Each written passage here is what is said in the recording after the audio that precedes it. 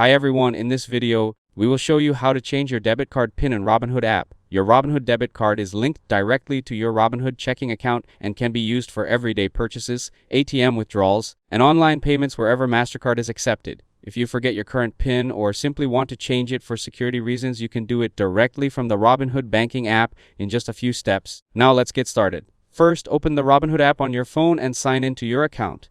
Go to the Banking tab. Tap on Checking to open your checking account. Scroll down until you find your debit card section. Tap on your debit card. Now tap the three dots to open the menu. Select Manage Debit Card. Next, tap Change PIN. Follow the on-screen instructions to create your new debit card PIN. Choose a PIN that's easy for you to remember but difficult for others to guess. Confirm the new PIN if prompted. Once the changes are complete, your new PIN will be saved and ready to use.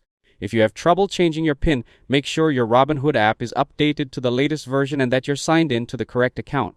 For your security, never share your debit card PIN with anyone. If this video helped you out, don't forget to leave a like and subscribe to the channel. Thanks for watching, and I'll see you in the next one.